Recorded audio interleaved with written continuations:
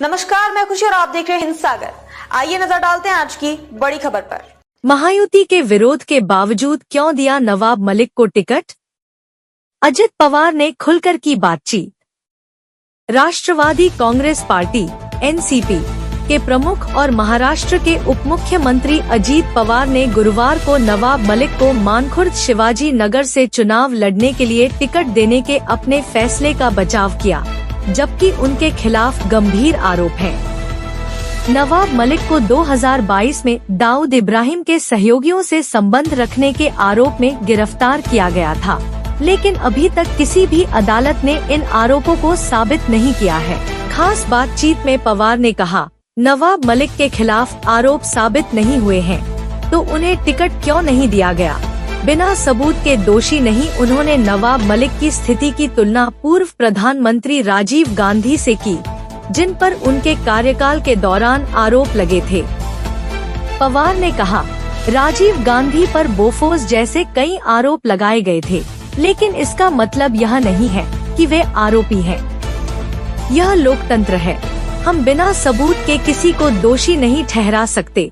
इसके बाद अजित पवार ने जोर दिया कि किसी को भी दोषी घोषित करने से पहले आरोपों को अदालत में साबित किया जाना चाहिए। उन्होंने कहा, आरोप लगाना आसान है, लेकिन उन्हें अदालत में साबित किया जाना चाहिए।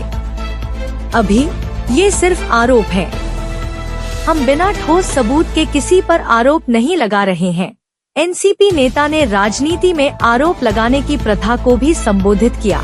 उन्होंने कहा कि ऐसा अक्सर होता है, लेकिन हमेशा इसका ठोस आधार नहीं होता।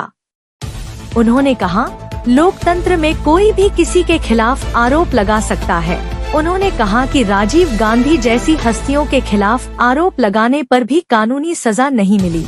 उद्योगपतियों के साथ काम। पवार ने महाविकास अघाड़ी के उन आरोपों का भी जवाब दिया कि मौजूदा महायुति सरकार उद्योगपतियों से प्रभावित है, खासकर अडानी जैसे कारोबारी दिग्गजों के मामले में। उन्होंने कहा, यह 101% गलत है। महाराष्ट्र में ऐसा नहीं होता। महाराष्ट्र में बहुत बड़े उद्योग हैं, लेकिन वे अपना काम अलग से करते हैं और महाराष्ट्र सरकार राज्य के मामलों को देखती है। अब वे विपक्ष चुनाव के दौरान ऐसे आरोप लगाते हैं। उन्होंने आगे कहा, तो आप देखिए, आज तक जितने भी मुख्यमंत्री बने हैं, सभी मुख्यमंत्री एकनाथ शिंदे शिवसेना से हैं और केवल 5 साल के लिए भाजपा के देवेंद्र फडणवीस मुख्यमंत्री बने। उससे पहले उद्धव भी शिवसेना से थे और बाकी सभी कांग्रेस से हैं। सभी उनके उद्योगपतियों साथ काम करते हैं। तो किस मुख्यमंत्री ने उद्योगपतियों की बात सुनकर फैसला किया? ये उन्हें बताना चाहिए। इससे पहले साक्षात्कार में अजित पवार ने यह भी बताया कि मुंबई में प्रधानमंत्री मोदी की रैली में एनसीपी के सभी उम्मीदवार क्यों नहीं आए थे। उन्होंने कहा, उस दिन पुणे में एक रैली थी। महायुति गठबंधन के 21 उम्मीदवार थे, लेकिन 5 से 6 नहीं आए और केवल 15 ही आए। किसी ने सवाल नहीं किया कि वे क्यों नहीं आए। लेकिन जब जीशान, सना और अन्य लोग नहीं आए, तो यह चर्चा का विषय बन गया। उन्होंने कहा कि कुछ उम्मीदवारों की अनुपस्थिति शेड्यूलिंग संघर्षों के कारण थी।